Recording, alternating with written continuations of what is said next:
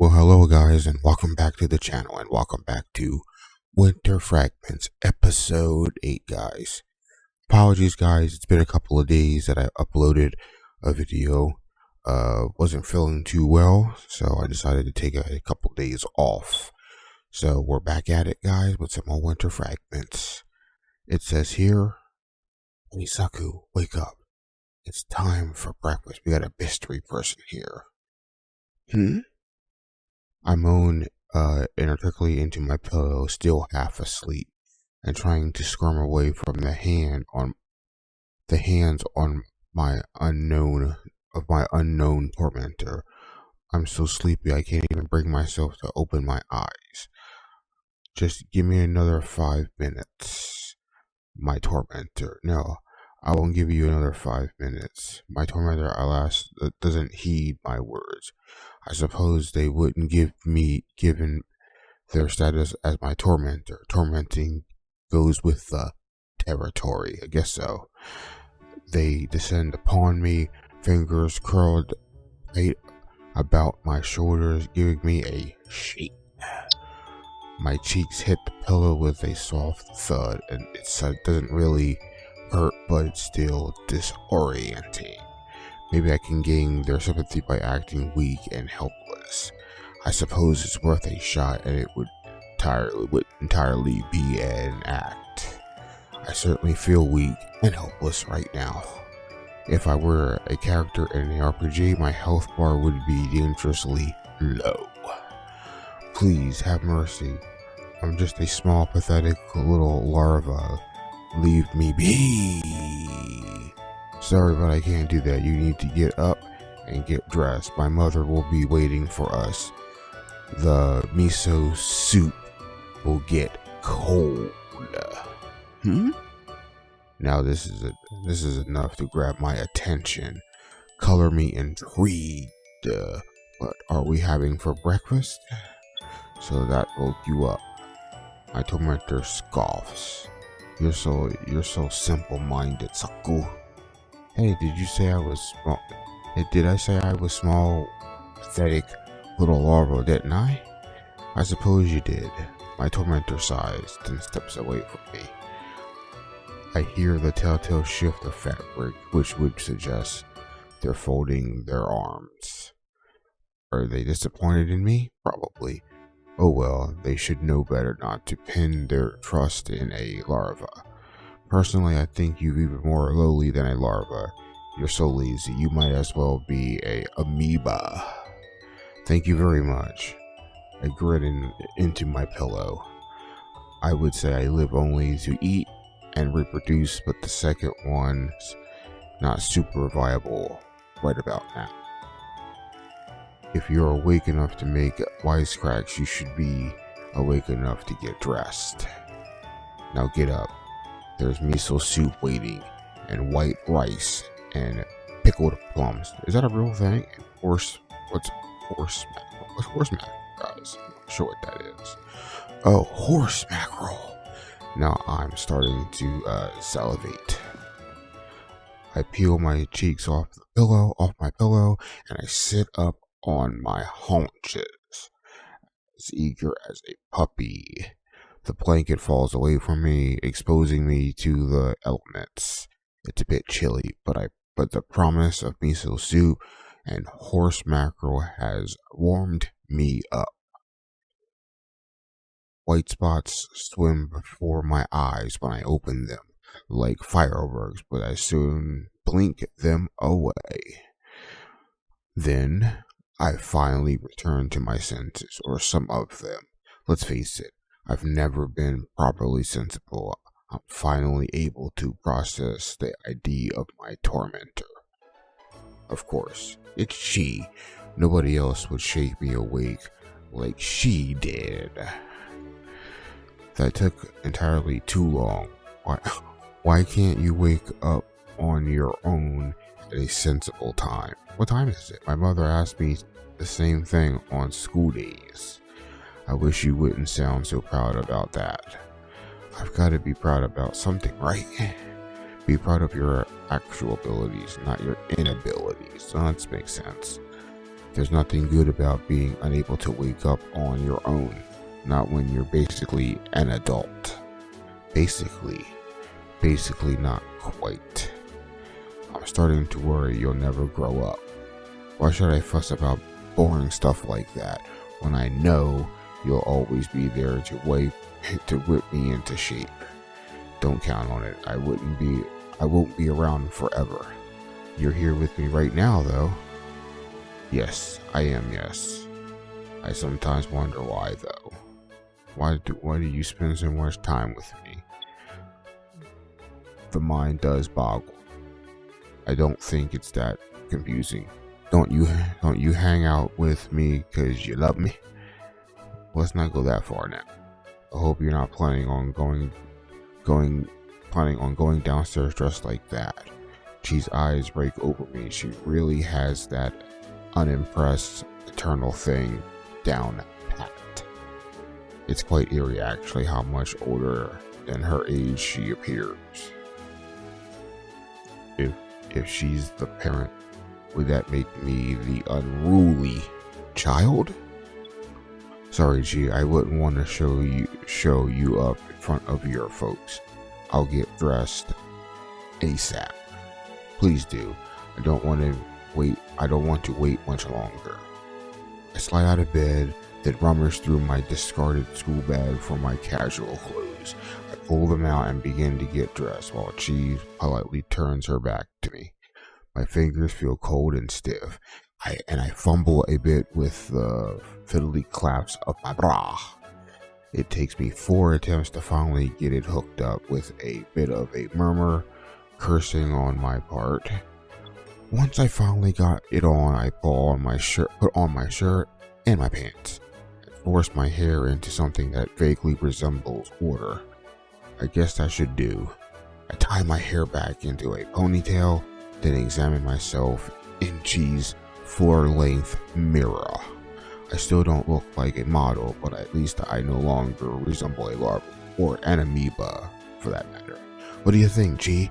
Do I look good enough to meet your parents? Please don't say that. Say what? You know that. You've already met my parents, and it makes it sound like we're dating or something. I think back on what Sorori said last night, that we make a good couple, and I laugh awkwardly. I guess so. That'll be pretty awkward, but what? We did spend the night in the same bed. And now that I think of it, it is Christmas Eve. Isn't this a holiday for couples? I'll give you a couple of black eyes if you don't stop being so ridiculous. What? Hey, Chi. I pout as Chi fishes a pillow from her bed and hurls it at my face. I wasn't expecting this sudden projectile, but I'm able to catch it before it hits me. I'm pretty good at sports, if I do say so myself. I'm on the school track team. I've pitched in a few times at our baseball games. She's definitely smarter than me, but she's not physically stronger. She'll never be able to best me. Not with a mere pillow. Why do you go and do that? You could have taken out my eye. Good, you deserve it for making such a stupid jokes at my expense. Wow, how harsh. You'd hate the idea of going out with me that much. If you don't drop it, Saku, I'll send you home, I swear I will. Okay, touchy much? I sighed and hurled the errant pillow back on the bed to join its soft and squishy brethren. It really is Christmas Eve though. That's not a lie. It is, yes, and you know, I shrug and smile hopefully. We are spending it together. Doesn't that mean a thing? It means neither of us have boyfriends, and we've nothing better to do than hang out with each other. If you did have a boyfriend, would you not want to hang out with me? I don't know. I haven't thought about it. Why does it matter? I don't have a boyfriend, and neither do you. So we might as well spend Christmas Eve together. That's all there is to it. let's stop chatting. We need to go downstairs. My mother's waiting. Okay. And off we go. I followed Chie out of her bedroom, allured by the promise of miso soup and horse mackerel. Now I'm awake, my senses restored. I realize with a start how hungry I am. I can't wait to dig into Mrs. Shima's cooking. I'm pretty excited. I always am whenever food is involved, but for some reason my earlier conversation with Chi has left me in a funny mood. Would she really abandon me if she had a boyfriend? That's an unpleasant thought. I'll try not to contemplate it. I don't want to spoil my appetite. The breakfast that Mrs. Sima has prepared is, as I expected, an intricate affair with lots of side dishes. Mrs. Sima is an excellent cook. She uses meal times to show off her expertise. There's white rice and miso soup, which is to be expected, plus the horse mackerel she promised, pickled vegetables, onsen eggs, and wakame salad. Alrighty, everybody dig in. If you want more rice or miso soup, just ask. I made a lot of extras. Sorry. Oh, this looks great. I can't wait. Sorry descends on her food like a vulture might a festering corpse with about the same degree of tact and charm. She digs her chopsticks into her grilled fish and prizes its flaky pink skin off the bone. I got it. Then she shovels it in her mouth alongside a hefty helping of white rice, which she washes down with miso soup. Look how happy she is. Sori demolishes a good chunk of her meal before Mr. Sima manages to fold his paper and set it aside. Mr. Sima frowns, then observes his oldest wayward daughter. You should slow down, Sori. I don't want you choking. I'll be fine, Dad. I'm not a little kid. You don't have to worry about me. You might not be a kid, but you sure act like one. Eat like a normal human, please. The food isn't going anywhere. I know, but I'm so hungry. I'm a working member of society, so I've got to eat my fill. Father's a working member of society too, and he doesn't tear his food like a madman. That's because Dad's an old fossil, whereas I'm a cute young girl and need subsistence more than he does. I'm afraid you'll have to dispute those spurious claims of yours. What? That I need sustenance? Would you rather I eat rocks and dirt, G? Do you want your precious big sister to die? No, that's not what I meant. I'm calling into question your self-proclaimed status as cute young girl. I don't think that's an accurate assessment. Huh? And what do you mean by that? I'm a cute and I'm young, no matter how you want to slice it. I'm most definitely a girl. Not even you can counter that. I think when you're in your 20s, it would be more accurate to call yourself a woman, but even that is up for debate. Based on the way you eat, I'd say you're more like a creature. Oh, well, that's harsh. You're so mean, Chi. You bring it upon yourself. Hey, Mom, Chi called me a creature. Yes, so she did. And what would you like, more rice? Sorry, dear? No, I mean, yes, I would like more rice, but that's not what I was getting at. You can't let Chi get away with dissing her only big sis, not at the breakfast table. Tell her I'm not a creature. I'm a cute young girl. You're a nuisance is what you are, despite being so-called oldest. You don't act like it. She is far more mature than you, Dad says. See, even Father agrees. I'm the superior daughter by far. Now, you should know that we don't have favorites, do we, Deppy? We love both of you equally. You're every bit of as precious to us as to us as she is, sorry, despite your fallables. What fallables? Your inability to sit down and shut up, baby. Ugh. You guys are the worst. Out. A pouting Sori slumps down into her seat. You're all out to get me. Baby, we wouldn't be out to get you if you didn't make yourself such an easy target. Don't fret, Sori dear. Your mother will always be on your side. Now let me get you that extra rice. Thanks, Mom. At least you're not a complete ogre. The only ogre in the family is you. Wow. Wow, Chi. That's so sweet. I love you too. Poof. So, Saku says, I can't help but giggle as the Seamas argue. There's something very cozy about their interactions, more so than mine with my own family. It's not that I don't get along with my family, but they're not easy to joke around with. My mother is the queen of petty complaints, and she always finds things to grouse about. My father, meanwhile, is almost perpetually stressed, thanks to his job. My families aren't exactly poor, but we're nowhere near as wealthy as the Seamas.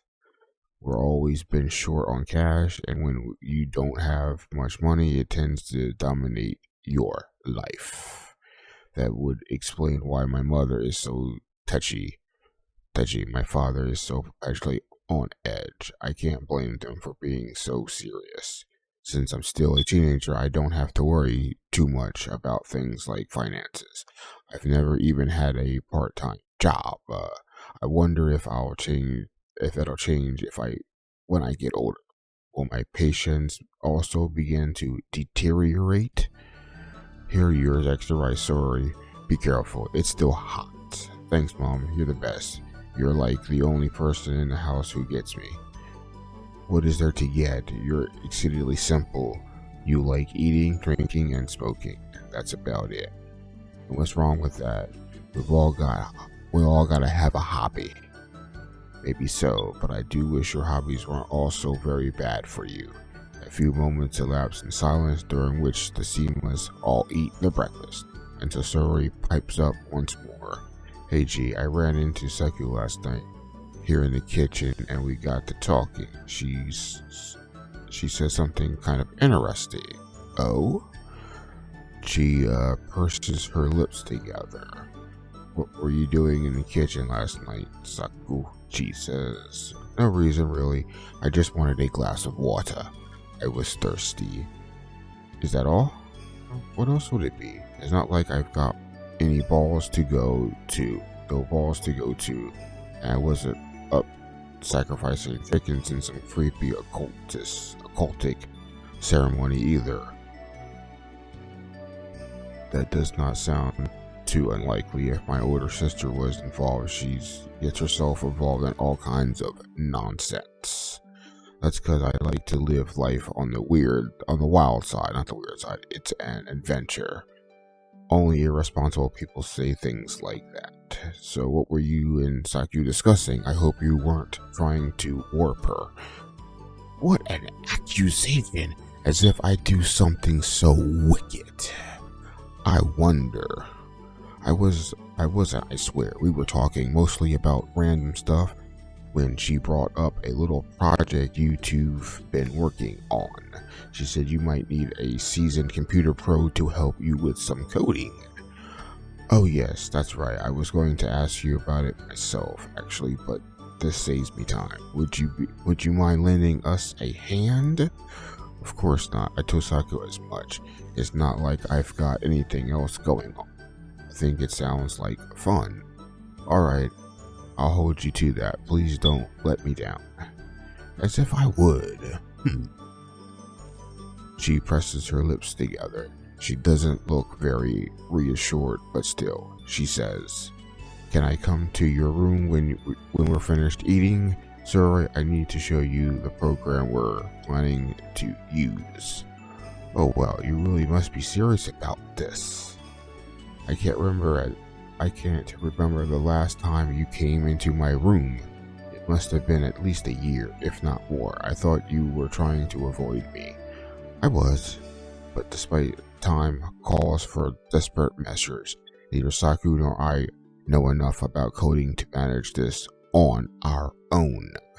If I had any other options, I would take them, but you're the only person I can ask. So I'm your last resort? More or less. I don't know if it makes me feel very good, but I'm glad you're trusting me with something for once in your life. It makes me feel like a real big sis should. What are you girls talking about? Mrs. Shima looks between her daughters perplexedly, at her head tilted to one side.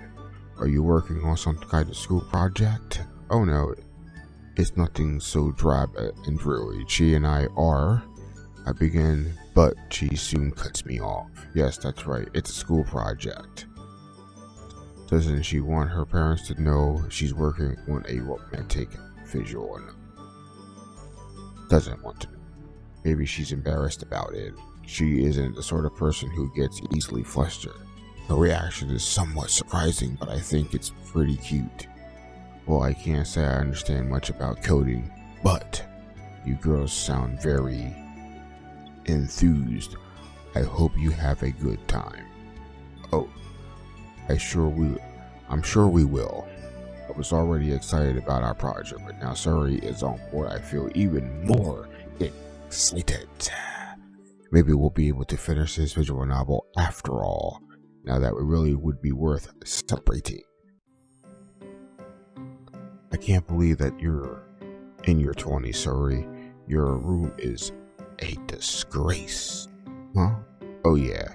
Suri smiles with nary a trace of embarrassment upon her face. I guess it's kind of messy, huh? That's an understatement, sis. The floor is covered in clothes, and how long have those dirty plates been there? Decades? Well, gee, that's a good question. I'm not sure. If I rightly remember. Ugh, you're even untidier than a teenage boy, and you're even pickier than our mother. Suri pokes out her tongue, then takes a seat at her dirty computer desk. She turns on her PC and monitor on, then looks at Chi askance. Were the sites you wanted to show me? That's more important than castigating me over a bit of mess, right? It's not a bit of mess. Your room is truly filthy. But I suppose that I'll let it slide for now. She commandeers Suri's mouse, then brings up the Inscriptor website. This is the program I want to use to build my project with. Do you think you can learn how to use it? Well, let me see. Suri downloads Inscriptor, then starts glancing through it. I can't make heads nor tails of it, but Suri nodding sagely, kind of like I can't even pronounce that word. Botsivata. She looks practically enlightened. This program doesn't look too hard to wrap my head around, but it's a bit of a thinker. Tinkering. With a bit of tinkering, it should be relatively simple to use. Does that mean you'll help us with the project then? Sure, it looks like fun enough way to kill time, and it's not like I've got anything better to do, like I said. I'd be more than willing to lend a hand, especially for the sake of my adorable little sister. Suri shoots her a toothy grin, which she does not reciprocate. She keeps her arms firmly folded as though trying to protect herself from something. Perhaps she's afraid Suri's poor fashion choices are catching. Thank you, I appreciate your help. She responds when she finally gets one out is a business-like as they come. Clipped and cool. It doesn't sound like the kind of thing your younger sister should say to her older sister. It's far too formal. Hey G, Suri seems to share my sentiment because she pouts. Why you gotta be so distant? I'm doing you a favor, you know. I'm aware and I do appreciate it. That's why I thanked you. This is just the way I am. Don't expect miracles. That's just the way I am. My foot. You didn't always act like this. You used to be pretty darn affectionate when we were kids. You were always clinging to me, and you took advantage of it. You always teased me. Did I? Yes, you did. You depreciated my favorite. You decapitated my favorite doll with a homemade guillotine. Oh yeah, I guess I did that, huh? You did, and a bit more besides. None of my toys were safe from your ravages. You ate my favorite pudding, and you pushed me into a lake at the local park. Wow, that's mean. I could have drowned. Hey, I resent that. I might have broken your toys and eaten your pudding, but I never would push you. I was a rotten kid, but I wasn't a cold-blooded killer. That was an accident. And all the other things. I guess that might have been a bit more deliberate. I knew it. Nobody can accidentally make a guillotine with a shoebox, one of Dad's razors, and a bunch of elastic bands. That was calculated. It was pretty cool though, right? You might have thought so. I didn't. I cried when Rika's head fell off. And you never trusted me since then. I gave you enough chances. You always blew them. You've always been an awful sister. Ouch. That's pretty harsh, G. But I suppose I might have done one or more things to deserve it. Oh, it's much, much more than one or two. 3 or 4? We're talking hundreds, maybe. It's that many? I used to keep a diary. I've got it all written down. I could show you the evidence if you want. Ooh, we're talking about dedication. You're better at keeping a naughty list than old Saint Nick. It wasn't my intention to make a note of everything you've done to irritate me. You're so annoying on that almost constant basis. It simply happened. Oh geez, I guess I'm not gonna win the love of my cute little sister this Christmas then. I think you'll be perfect candidate for a lump of coal. Oh, how you wound me.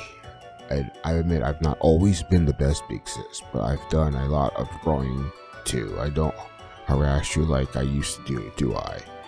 You haven't decapitated any of my dolls in a while, no. There, you see? That's progress. But that isn't saying much. I threw all of my old dolls out a long time ago. Gee, you're hard to please, ain't ya? Oh well, I don't want to make amends. I want to make amends. I really want to make amends. Really, I do. So I'll try and be on my best behavior. I'll help you with your project, sis. I swear I will. Good, thank you. This is all I wanted to hear. I can't do much coding right now, though. If the art and the stories aren't done, you'll have to handle all the fiddly stuff first. That was the plan, yes. I take it you'll be doing the art then? And I'll be doing the writing. I have the setting and the characters hashed out already. It'll be a blast. Really, I didn't know you could write, Saku. Indeed, I can. I'm a woman of many talents. I'm sure you are. There must be a special spark to you, or Archie wouldn't be so attached. I'm not attached. You make me sound like a lovesick puppy, aren't you? You'd be better watch your tongue, sorry, or she'll throw a pillow at your head. Oh, did you girls get into a fight? I wouldn't call it a fight exactly. It was more like a dispute. It was a dispute we don't need to bring up again, thank you. It might be Christmas Eve, but doesn't mean we need to make couple jokes. Oh, you're right. It is Christmas Eve, isn't it? Did you forget? I might have. I mean, it's not like I've got anything special planned. I'm just going to go to work again, same as always. When you're a productive member of society, the days all start to blur together. That is true. Things do start to blur together when you just start working, guys. You just work, and then it's Christmas, then it's New Year's, and you don't even remember half of the stuff you did in between those days. Don't try to sound profound. You work at a convenience store, so that's better than nothing. You don't work at all, Miss High and Mighty. I don't need to. I'm a student. Yeah, well, enjoy it while it lasts. Your teenage years are more fleeting than you might think. Aren't you a bit too young yourself to wax philosophical like that? You're not an old man, no matter how much you drink. Sometimes I feel like it. Suri turns off the monitor, then gets to her feet. She stretches, then smiles. Well, this old man's tired. I'm gonna have a nap. Night, you two. Night. I answer Suri on autopilot, but she looks less than impressed by this turn of events. She plants her hand on her hips, then says, "You can't be serious. How can you go to sleep now?" "Quite easily. Don't you want to watch me?" "No, thank you. I mean to say, how can you sleep when it's so early in the morning? You should be awake, not going back to bed." You're so sovereign. Maybe that's how it works for you high school girls, but I've got another late shift this evening. I want to rest up, or I'll be dead on my feet. You need to sort out your sleep schedule. You'll turn into a vampire. Now, wouldn't that be exciting? I could creep through the night stealing into pretty girls' houses and sucking them dry. That doesn't sound all that bad. Ew. Can you not laugh like that? It makes my skin crawl. If I'm a vampire, it goes with the territory. Maybe I'll start my nightly haunts with Saku over there. The blood looks like it would be particularly yummy. You leave Saku alone, you creep. Oh, what's wrong, Chi? Are you jealous? Don't you want someone to suck my blood? I want both of you to stop being silly. You're just as bad as each other. She turns her back on us, her dark dress fluttering, then sets off. Come on, Saku, we're leaving. Uh-oh, somebody sounds busy. You best go after her, Saku. Your life might be worth living if you don't. Your life might not be worth living if you don't. That's okay. If I'm on Chi's bad side, you can always suck my blood and turn me into an immortal vampire. Nobody's turning anybody into a vampire. Now come on, Roger. Hurry after Chi's heels like a faithful dog while Suri chuckles. You two really get on well, huh? It's so gosh darn adorable. It's almost enough to bring a tear to this jaded old man's eyes. I wouldn't give what I wouldn't give to be young again. Alright guys, we're gonna stop here. Gonna save it in this slot here. #1 fan. Guys, if you've enjoyed this other longer episode, hit that like button. Don't forget to subscribe if you're new. Leave a comment below. And guys, I will see you in the next episode of Winter Fragments. Take care for now. Peace.